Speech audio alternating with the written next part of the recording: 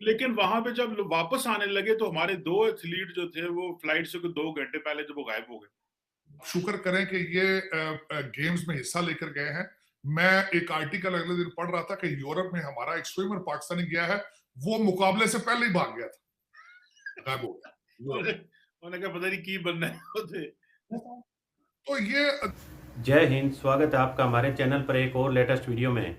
तो दोस्तों, जहां 2014 के बाद जब से भारत में बीजेपी की सरकार आई है, तब से खासकर नरेंद्र मोदी जी ने, भारत के प्रधानमंत्री नरेंद्र मोदी जी ने भारतीय सेना की जिस तरह से ताकत बढ़ाई है और भारत को हर मामलों में आए दिन भारत अब नई नई ऊंचाइयों को छू रहा है।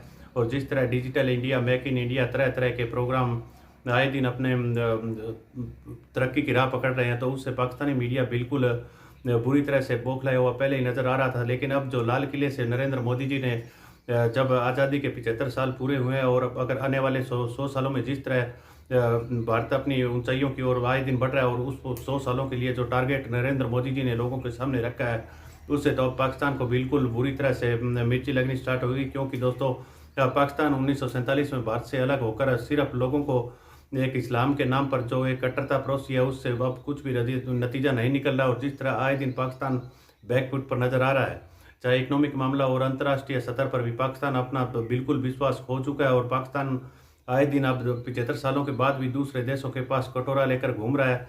क्योंकि दोस्तों, पाकिस्तानियों ने काट पाट के पाकिस्तान को तो बना लिया, लेकिन उनको चलाना वो आज तक बिल्कुल भी नहीं आया है।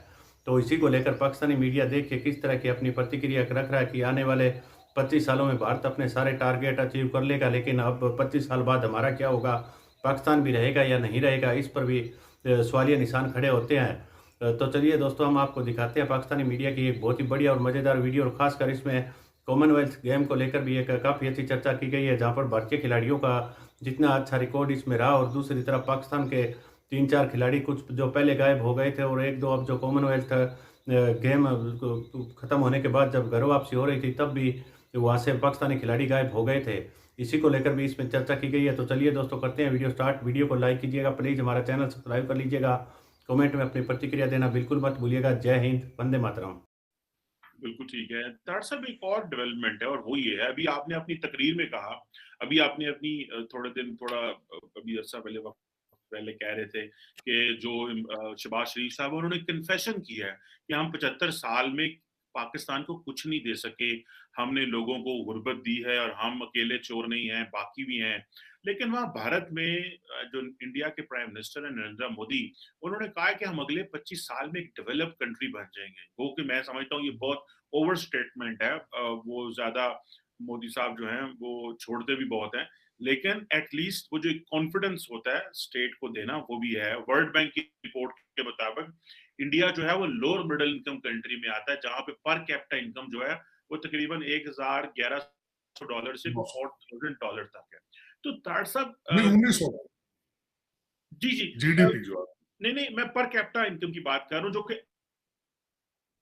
एवरेज। अभी मैं सुन रहा था इंडियन फॉरेन मिनिस्टर जयशंकर को, वो कह रहे थे कि जो हमारी पर कैपिटा एवरेज इनकम है वो तकरीबन $2000 है। ये जयशंकर हाँ, कह वही रहे थे। 1900 आप 1900 को डालिए, बिल्कुल ठीक। जीडीपी तो उनकी $3 ट्रिलियन की है। ये पर कैपिटा इनकम की वो बात कर रहे थे। मैं जो क्वेश्चन कर रहा हूँ इस ये रेफरेंस देके मोदी साहब का, कि वो कह रहे हैं हम 25 साल में डेवलप हो जाएंगे, और हम कह रहे हैं कि हम 75 साल में गलतियां हुई, हम अपने मुल्क को तरक्की नहीं दिला सके। तारड़ साहब वो फिर 1 अरब 40 करोड़ को लेके आगे की तरफ जा रहे हैं, हमसे 25 करोड़ नहीं संभाले जा रहे। तो ये भी तो एक, इसमें भी थोड़ी रोशनी डालें कि ये क्या गलतियां कर रहे हैं और हम कहाँ फंस गए हैं। देखें, मैं उसमें इस वक्त India is definitely on a right track, मैं बताता हूँ। और इस ट्रैक में आने के लिए सिर्फ मोदी साहब नहीं है, उनके पीछे बड़ी फिलासफियां, उसके पीछे बड़ी लोगों की कुर्बानी है। अगर लोग आप देखें, मैं जब आप उनकी लीडरशिप पिछली देखता रहा हूँ, देसाई, महाराज देसाई है, वाजपेयी है, उसके बाद डॉक्टर मनमोहन सिंह का बड़ा इसके अंदर रोल है। और मैं समझता हूँ कि मोदी साहब ने तो बल्कि आके चीजों को मजीद स्टेरॉइड पे किया है। और दूसरा, इन्होंने खान साहब ने, मैं खुश हूं इन्होंने कि डॉक्टर जयशंकर की इन्होंने इस्तेमाल किया अपनी आजादी में, लेकिन खान साहब ने जिस तनाजर के साथ डिस्कस किया वो गलत है। उसकी वजह यह है कि डॉक्टर जयशंकर आज जो कुछ भी कर रहे हैं वो इसलिए कर रहे हैं कि उनके पास फॉरेन रिजर्व आपसे कुछ 4 गुना ज्यादा है आपसे। उनके पास वो भूखे नहीं है, वो जहां जाते हैं मांगते नहीं। आपके मिफ्ता इस्माइल साहब ने तो खुद आपके फाइनेंस मिनिस्टर ने कहा कि अब हम जिस मुल्क के पास जाते हैं वो हमें पैसे नहीं देता। तो फॉरेन पॉलिसियां, हकीकी आजादियां, ये ख्वाब, ये पाकिस्तान का मतलब क्या है, ये तब होता है जब आप मुआशी तौर पर आजाद होते हैं। अब मोदी साहब ने क्या किया कि चीजें फास्ट ट्रैक पे जा रही थी उनकी, बिल्कुल पहले भी फास्ट, लेकिन अब उन्होंने स्टेरॉइड्स पे कर दी है। उसकी वजह यह है नेशनलिज्म को प्रमोट किया है। पहली दफा इस वक्त जो हिंदू मेजॉरिटी है, दे उनका कॉन्फिडेंस उन्होंने बढ़ा दिया। और उसी के लिए जब उन्होंने कहा ना 25 सालों में हम ये कर देंगे, तो अब देखिएगा वो जो उनके फॉलोअर हैं वो उसको 25 से भी शायद पहले कर दें डिलीवर चीजें, क्योंकि this is what you need, this is what the, देखिए ये leadership, this is what the leadership is about, to boost up your confidence, to give you something to work on, to give you something to dream on. तो ये मसला है हमारा। हमें भी खान साहब तो देखिए, खान साहब ने किया है, खान साहब भी कर रहे हैं, लेकिन उनकी डायरेक्शन है अफगानिस्तान वाली। उनकी ये किसी एक स्पीच में खान साहब ने कहा हो कि फलां चीज एक्सपोर्ट करें, आए मिले। आज देखिए सारे बच्चे ऑनलाइन जो ट्विटर कर रहे हैं, ट्वीट में कर रहे हैं, आओ इन सबको दिखाएं कि ऑनलाइन ट्रेडिंग किस तरह करते हैं। खान साहब ने आज तक कहा हो कि आए हम अपने एक्सपोर्ट को इस तरह बढ़ा देंगे, आए मुल्क कुर्बानी दें, हम इंपोर्ट इस तरह कम कर दें, इंपोर्ट को बंद कर दें, आज के बाद हम इंपोर्टेड चीजें पसंद नहीं करेंगे, मेड इन पाकिस्तान के वो देखिए। मैं मिसाल देता हूँ, कहते हैं make in India, incredible India movements. Khan साहब मूवमेंट चलाते हैं, खान साहब के पास इतनी इतनी गोल्डन अपॉर्चुनिटीज होती हैं। खान साहब ये जो कॉन्सर्ट करना था, ये अगर बलोचिस्तान में कर लेते तो फिर इनका कद और बड़ा हो जाना था। खान साहब ने आज तक बलोचिस्तान की बात की? खान साहब ने आज तक कोई ये कहा हो आए मिल को पाकिस्तान? खान साहब ने कहा आज तक रोड मैप दिया कि मैं आए जी अगले 5 साल तक, 25 साल छोड़े, आज अगर कहें पाकिस्तान के हमने 5 साल तक कर्जे अपने खत्म कर देने, आए मिलके फलां चीज हम एक्सपोर्ट करेंगे, आए हम इंपोर्ट करना बंद कर दे, कभी कहा है किसी? नून लीग ने कभी कहा? कभी पीपल्स पार्टी ने कहा? यही तो डिफरेंस है हमारा और भारत का। अब तो आपको कंपैरिजन करना ही नहीं चाहिए उनके, क्योंकि गैप इतना ज्यादा हो चुका है आपका भारत के साथ कि वो you cannot touch them, you cannot touch them. आप तो बांग्लादेश के साथ भी कंपेयर कर रहे, आप तो आजकल अफगानिस्तान के साथ भी कंपेयर करने के हालात नहीं, उनकी करेंसी भी आपसे स्ट्रॉन्ग है। लेकिन ये क्या आपको शीशे को नहीं दिखाता? आपको ख्वाब, बस ख्वाब आए रियासत मदीना, और यार पहले इस्लाम को तो समझ लो यार। इस्लाम ये कहता है कि मुल्क आपका सारे बेरोजगार बैठे हो, सैलाब के मुतासरीन है, और आप यहाँ नाच गाने कॉन्सर्ट कर रहे हो, ये इस्लाम है आपका, ये कौमियत है आपकी। मैं सिंध के हिंदुओं की तो बात ही नहीं करता हूँ, तो आप वैसे ही आप उनको समझते हैं थर्ड क्लास सिटीजन। उन बल्कि अच्छे मुसलमान हो तो उनकी भी मदद करें, जाके सर पे बिठाएं उनको भी। लेकिन ये कि किसी मोरालिटी हो, तब किसी को एहसास हो। मैं हमेशा ये कहता हूँ चीमा साहब, आप सबसे पहले पैदा होते हैं एज इंसान, उसके बाद मुसलमान, हिंदू और सिख बनते हैं। लेकिन अगर जिसको इंसानियत का कोई दर्द नहीं है, उसको मजहब का क्या है? ये सिर्फ हमने एक रूप पहना हुआ है, एक कमीज पहनी हुई, मैंने हिंदू की शर्ट, मैंने मुसलमान की शर्ट पहनी है, किसी और ने हिंदू की शर्ट पहनी, किसी ने सिख की कमीज पहनी हुई।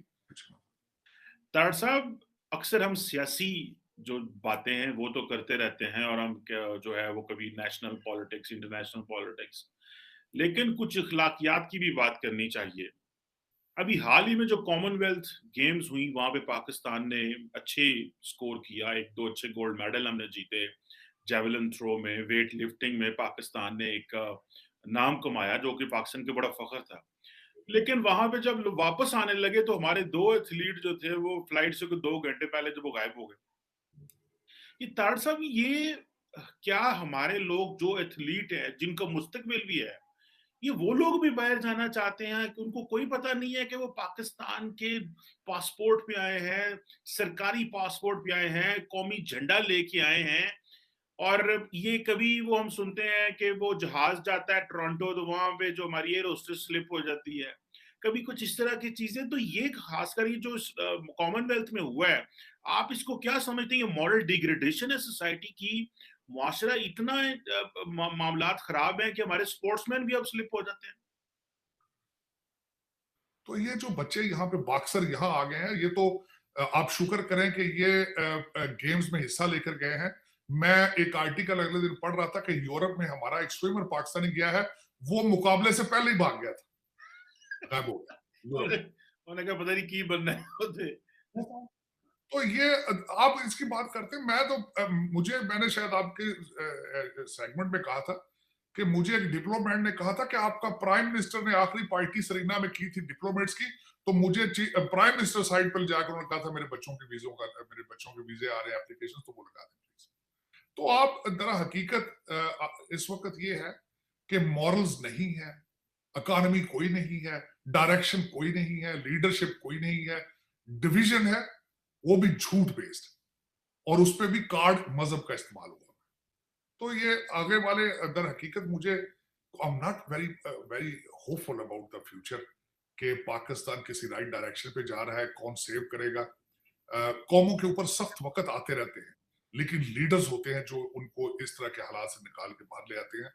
लेकिन अफसोस के साथ वैसे कौम तो देखा होगा दोस्तों, अब पाकिस्तान के हालात किस तरह से नाजुक, आए दिन नाजुक होती हुई जा रही है। और जिस तरह अब भारत ने अपने सारे अभी पिछले 10 सालों में जितना तरक्की की है, उससे पाकिस्तान तो पहले ही जलन महसूस कर रहा था। लेकिन अब 2014 से लेकर आज तक जो नरेंद्र मोदी की सरकार में भारत जितना आगे गया, और अब नरेंद्र मोदी जी ने लाल किले से जो अगले 25 सालों के लिए लोगों के सामने एक टारगेट रखा है, उसको जिस तरह ही भारत अचीव करेगा तो पाकिस्तान के लिए यह काफ़ी बड़ी खतरे की घंटी होगी। लेकिन अगले 25 सालों में पाकिस्तान आज है उस स्थिति पर भी टिक पाएगा या नहीं, या इससे भी नीचे जाएगा, लगता तो यही है कि तब तक शायद पाकिस्तान बचे ही ना।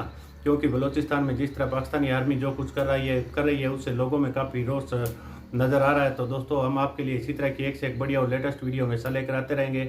तब तक चलिए दोस्तों, मिलते हैं अगले वीडियो में। तब तक जय हिंद, वंदे मातरम।